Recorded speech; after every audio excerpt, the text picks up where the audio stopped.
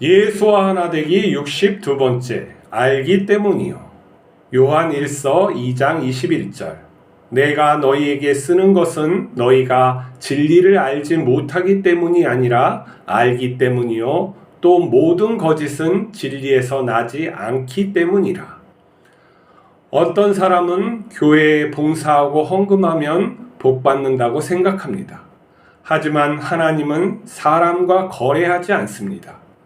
우리의 생명은 하나님의 것이고 하나님께서는 항상 선제적으로 은혜를 주십니다. 마치 부모가 자식을 사랑으로 키워주고 조건 없이 도와주는 것과 같습니다. 하나님께서는 진리 안에서 우리를 무조건 사랑하십니다. 진리 안은 예수님 안입니다. 예수님 안에 형통함의 복이 있습니다. 예수님께서 우리와 함께 하실 때 우리의 고난까지 복과 인격으로 변화됩니다. 예수님은 우리에게 자신의 증인으로 살라고 했습니다.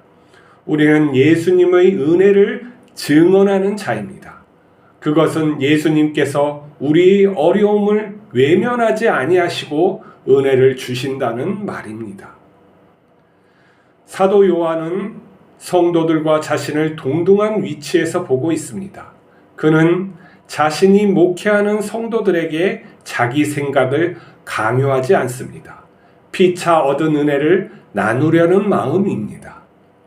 하나님의 은혜가 없는 사람은 은혜를 나누려 해도 관심이 없습니다.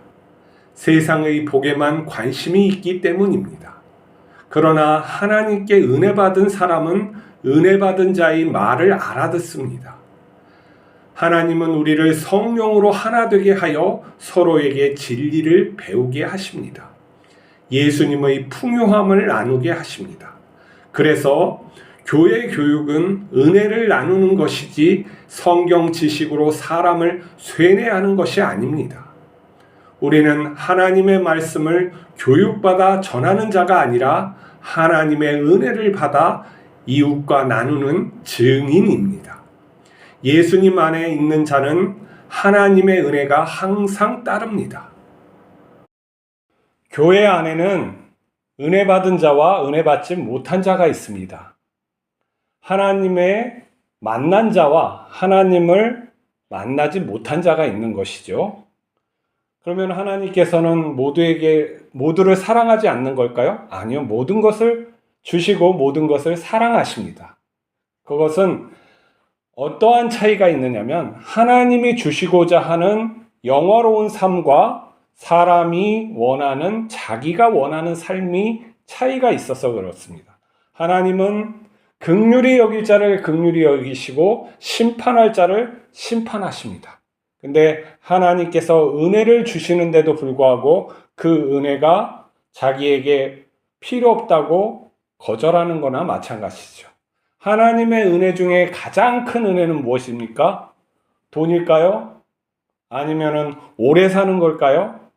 아닙니다. 하나님과 은혜 중에 은혜는 하나님과 함께하는 것입니다. 하나님과 동행하는 것이 그 사람에게 형통한 복을 따르게 합니다.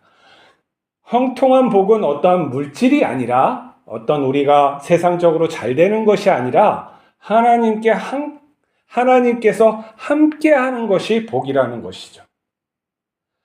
가인이 동생을 죽이고 도망갔을 때 하나님께서는 그것을 벌하시지 않았어요. 그 벌하심은 그를 갖다 내쳐서 죽이는 것이 아니라 그와 함께 하시며 동행하는 삶을 요구하셨어요. 그렇지만 가인은 그 자체가 싫은 거죠. 하나님을 인정하기 싫은 거예요. 내가 믿는 하나님, 내가 원하는 하나님으로 그 하나님의 존재, 하나님을 각색하고 변조해서 만드는 것이에요. 뭐 지금은 없을까요? 지금의 사회에서도, 지금의 교회에서도 이 하나님을 갖다가 자기 생각대로, 자기의 뜻대로 조종하고 또 색칠하고 그러는 사람들이 많죠. 우리가 하나님께 나갈 때는 하나님 앞에 조용히 무릎을 꿇고 또 하나님의 살아계심을 하나님께서 증언해달라고 해야 되는 것이지, 내가 원하는 거, 내가 뜻하는 것을 계속 말해도 소용이 없어요. 하나님은 진리 안에서 우리와 함께 하시고자 하는 것이지 진리 밖에 있는 다른 그러한 하나님을 찾지 않고 하나님을 왜곡하는 자와 함께 하고자 하지 않기 때문이에요. 하나님은 그러면 우리에게 어떻게 함께 하심을 갖다가 나타나실까요? 하나님은 우주보다 크세요. 우주를 창조한 분으로서 우리가 측량할 수가 없어요. 그래서 나는 나다라고 얘기해요. 다른 거하고 비교하지 말라. 너희의 상상으로 나를 규정하지 말라는 거예요. 하나님은 자신을 계시하여 보여주시지 우리가 상상하여 찾는 분이 아니에요. 그 계시는 성경과 예수 그리스도의 삶, 죽음, 그리고 부활로 우리에게 증언되는 거예요. 또한 우리의 삶에서 성령님은 소통하세요. 우리가 함께 하나님께서 함께 하시고 계신 것을 소통하신단 말이에요. 우리 이 소통이 어떻게 되는지 한번 예를 들어 봅시다. 이거는 뭐 제가 제 자랑을 하려고 하는 건 아니에요. 예를 들기 위해서 실화를 얘기하는 거예요. 저희가 타지크에 갔어요. 거기에 아주 선교를 오래 하시는 분이 있었죠. 그리고 목사님, 유명하신 목사, 최 목사님이라고 아주 유명하시고 옛날엔 테러도 당하고 그런 분이에요.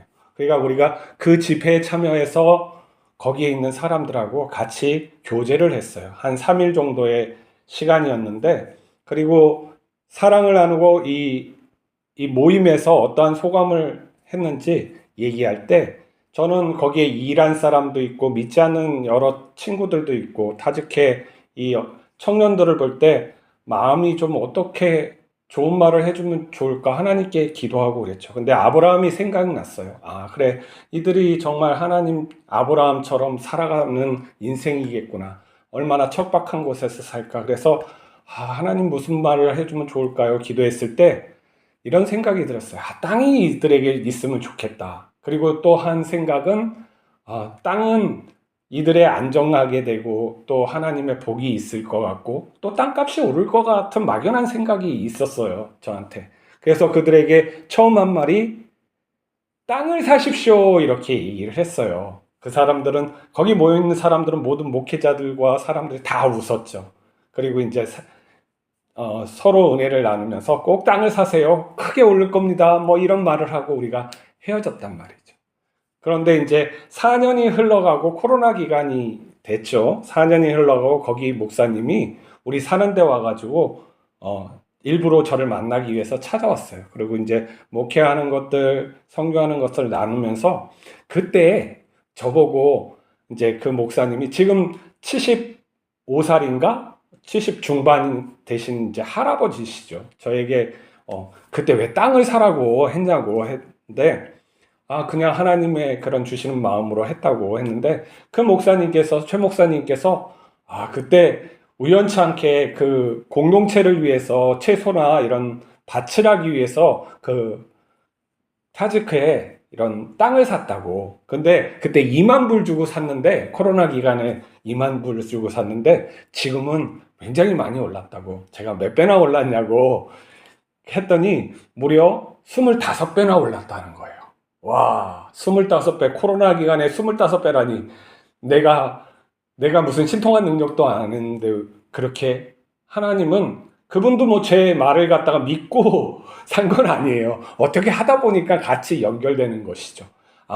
하나님께서 그것을 통해서 무슨 땅값이 오른 게 중요한 것이 아니에요. 뭐 2만 불에서 50만 불 됐다고 그게 중요한 게 아니라, 하나님께서 성도 간의 교제를 이런 매개체로 하는구나. 그래서 저희들은 목회 이야기와 선교 이야기를 하면서 또 다음에 만나기로 했어요.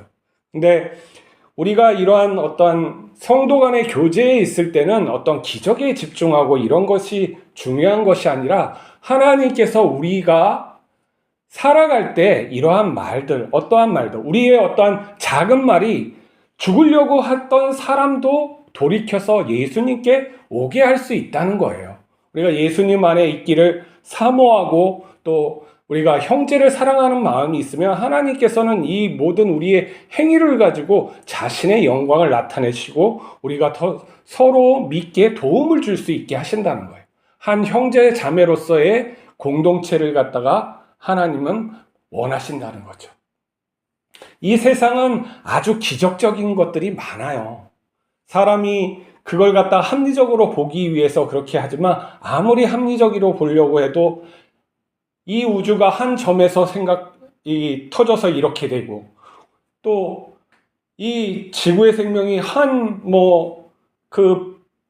단세포보다 더 화학물질, 자기 복제를 할 수 있는 화학물질이 어쩌다 생겨서 이렇게 또 다양하고 아름답고 이렇게 되고 이러한 생각들이 모두 하나님의 존재하심을 생각하지 않으면 안 되는 거예요.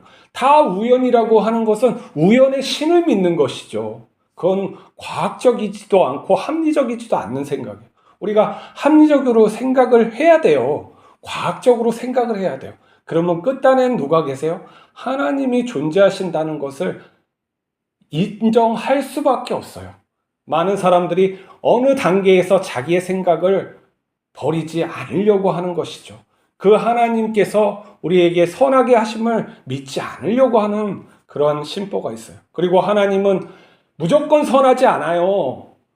선한 것은 예수 그리스도 안에, 진리 안에 사는 자에게만 선한 것이지 하나님 바깥에, 진리 바깥에 사는 것까지 선하게 해주시지 않아요.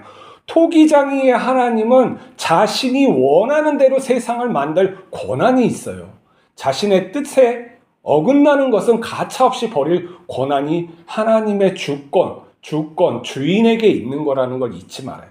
겸손해야 돼요. 우리가 겸손하게 하나님 앞에 나가고 그 크신 하나님, 우리가 생각할 수 없는 그 크고 놀라우신 하나님이 계시다는 것을 잊지 않고 나가야 된다.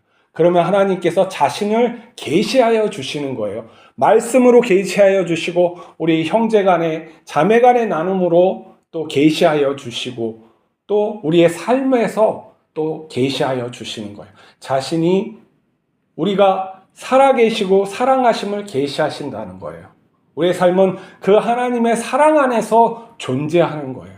이 의미를 가지고 살아갈 수 있는 이 놀라운 인간, 하나님께서 축복하여 주셔서 창조하신 것을 잊지 마시기 바랍니다. 그리고 예수님께서 그 인간을 더 고귀하게 신의 성품, 하나님의 성품, 하나님 아버지의 성품을 주시기 위해서 이 땅에 오셔서 고난을 받으시고 기꺼이 함께 하신 우리의 마음, 우리의 육체 함께 하시기 위해 들어왔다는 걸 잊지 마시기 바랍니다.